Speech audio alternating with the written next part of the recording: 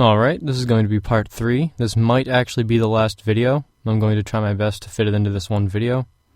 There's only a couple pages left, so I wouldn't want to have like a 2-minute video. So, I think it'll all fit. Here we go. The soldier yanked the weapon free. Sen stumbled backward, dropping his spear and shield. He fell to the rocky ground, splashing in someone else's blood. His foe raised a spear high, a looming silhouette against the stark blue sky, ready to ram it into Sen's heart.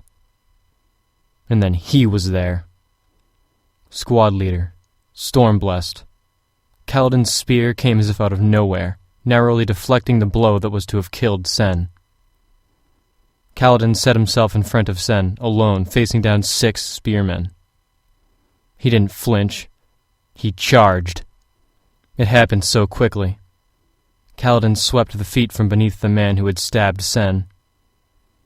Even as that man fell, Kaladin reached up and flipped a knife from one of the sheaths tied about his spear. His hand snapped, knife flashing and hitting the thigh of a second foe. That man fell to one knee, screaming. A third man froze, looking at his fallen allies. Kaladin shoved past a wounded enemy and slammed his spear into the gut of the third man. A fourth man fell with a knife to the eye. When had Kaladin grabbed that knife? He spun between the last two, his spear a blur, wielding it like a quarterstaff. For a moment, Sen thought he could see something surrounding the squad leader. A warping of the air, like the wind itself, became visible. I've lost a lot of blood. It's flowing out so quickly. Kaladin spun, knocking aside attacks, and the last 2 spearmen fell with gurgles that Sen thought sounded surprised. Foes all down, Kaladin turned and knelt beside Sen. The squad leader set aside his spear and whipped a white strip of cloth from his pocket, then efficiently wrapped it tight around Sen's leg. Kaladin worked with the ease of one who had bound wounds dozens of times before. "Kaladin, sir," Sen said, pointing at one of the soldiers Kaladin had wounded. The enemy man held his leg as he stumbled to his feet. In a second, however, Mountainous Dallet was there, shoving the foe with his shield. Dallet didn't kill the wounded man, but let him stumble away, unarmed. The rest of the squad arrived and formed a ring around Kaladin, Dallet, and Sen. Kaladin stood up, raising his spear to his shoulder. Dallet handed him back his knives, retrieved from the fallen foes. "Had me worried there, sir," Dallet said. "Running off like that." "I knew you'd follow," Kaladin said. "Raise the red banner. Sin, Koritar, you're going back with the boy. Dallet, hold here. Amaram's line is bulging in this direction. We should be safe soon." "And you, sir?" Dallet asked. Kaladin looked across the field. A pocket had opened in the enemy forces, and a man rode there on a white horse, swinging about him with a wicked mace. He wore full plate armor, polished and gleaming silver. "A shard-bearer," Sen said. Dallet snorted. "No, thank the Stormfather. Just a light-eyed officer. Shard-bearers are far too valuable to waste on a minor border dispute." Kaladin watched the light eyes with a seething hatred. It was the same hatred Sen's father had shown when he'd spoken of Chull rustlers, or the hatred Sen's mother would display when someone mentioned Kusiri, who had run off with the cobbler's son. "Sir?" Dallet said hesitantly. "Sub-squads 2 and 3, pincer pattern," Kaladin said, his voice hard. "We're taking a Bright Lord off his throne." "Sure that's wise, sir? We've got wounded." Kaladin turned toward Dallet. "That's one of Helaw's officers. He might be the one." "You don't know that, sir." "Regardless, he's a battalion lord. If we kill an officer that high, we're all but guaranteed to be in the next group sent to the Shattered Plains. We're taking him." His eyes grew distant. "Imagine it, Dallet. Real soldiers. A war camp with discipline and light eyes with integrity. A place where our fighting will mean something." Dallet sighed but nodded. Kaladin waved to a group of his soldiers. Then they raced across the field.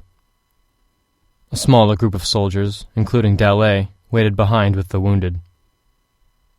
One of those, a thin man with black Lethe hair speckled with a handful of blonde hairs, marking some foreign blood, pulled a long red ribbon from his pocket and attached it to his spear. He held the spear aloft, letting the ribbon flap in the wind. "It's a call for runners to carry our wounded off the field," Dallet said to Sen. "We'll have you out of here soon. You were brave, standing against those 6. "Fleeing seems stupid," Sen said, trying to take his mind off his throbbing leg. "With so many wounded on the field, how can we think that the runners will come for us?" "Squad leader Kaladin bribes them," Dallet said. "They usually only carry off light eyes, but there are more runners than there are wounded light eyes. The squad leader puts most of his pay into the bribes." "The squad is different," Sen said, feeling lightheaded. "Told you." "Not because of luck. Because of training." "That's part of it. Part of it is because we know if we get hurt, Kaladin will get us off of the battlefield." He paused, looking over his shoulder. As Kaladin had predicted, Amram's line was surging back, recovering. The mounted enemy Light Eyes from before was energetically laying about with his mace. A group of his honor guard moved to one side, engaging Kaladin's sub-squads. The Light Eyes turned his horse. He wore an open-fronted helm that had sloping sides and a large set of plumes on the top. Sen couldn't make out his eye color, but he knew it would be blue or green, maybe yellow or light gray. He was a Bright Lord, chosen at birth by the heralds, marked for rule. He impassively regarded those who fought nearby. Then one of Kaladin's knives took him in the right eye. The Bright Lord screamed, falling back off the saddle as Kaladin somehow slipped through the lines and leaped upon him, spear raised. "Aye, it's part training," Dallet said, shaking his head. "But it's mostly him. He fights like a storm, that one, and thinks twice as fast as other men. The way he moves sometimes." "He bound my leg," Sen said, realizing he was beginning to speak nonsense due to the blood loss. "Why point out the bound leg? It was a simple thing." Dallet just nodded. "He knows a lot about wounds. He can read glyphs, too. He's a strange man for a lowly dark-eyed spearman, our squad leader is." He turned to Sen. "But you should save your strength, son. The squad leader won't be pleased if we lose you, not after what he paid to get you." "Why?" Sen asked. The battlefield was growing quieter, as if many of the dying men had already yelled themselves hoarse. Almost everyone around them was an ally, but Dallet still watched to make sure no enemy soldiers tried to strike at Kaladin's wounded. "Why, Dallet?" Sen repeated, feeling urgent. "Why bring me into his squad? Why me?" Dallet shook his head. "It's just how he is. Hates the thought of young kids like you, barely trained, going into battle. Every now and again he grabs one and brings him into his squad. A good half-dozen of our men were once like you." Dallet's eyes got a far-off look. "I think you all remind him of someone." Sen glanced at his leg. Painspren, like small orange hands with overly long fingers, were crawling around him, reacting to his agony. They began turning away, scurrying in other directions, seeking other wounded. His pain was fading, his leg, his whole body, feeling numb. He leaned back, staring up at the sky. He could hear faint thunder. That was odd. The sky was cloudless. Dallet cursed. Sen turned, shocked out of his stupor. Galloping directly toward them was a massive black horse bearing a rider in gleaming armor that seemed to radiate light. That armor was seamless, no chain underneath, just smaller plates, incredibly intricate. The figure wore an unornamented full helm, and the plate was gilded. He carried a massive sword in one hand, fully as long as a man was tall. It wasn't a simple straight sword. It was curved, and the side that wasn't sharp was rigid, like flowing waves. Etchings covered its length. It was beautiful, like a work of art. Sen had never seen a shard bearer, but he knew immediately what this was. How could he ever have mistaken a simple armored light eyes for one of these majestic creatures? Hadn't Dallé claimed that there would be no shard bearers on this battlefield?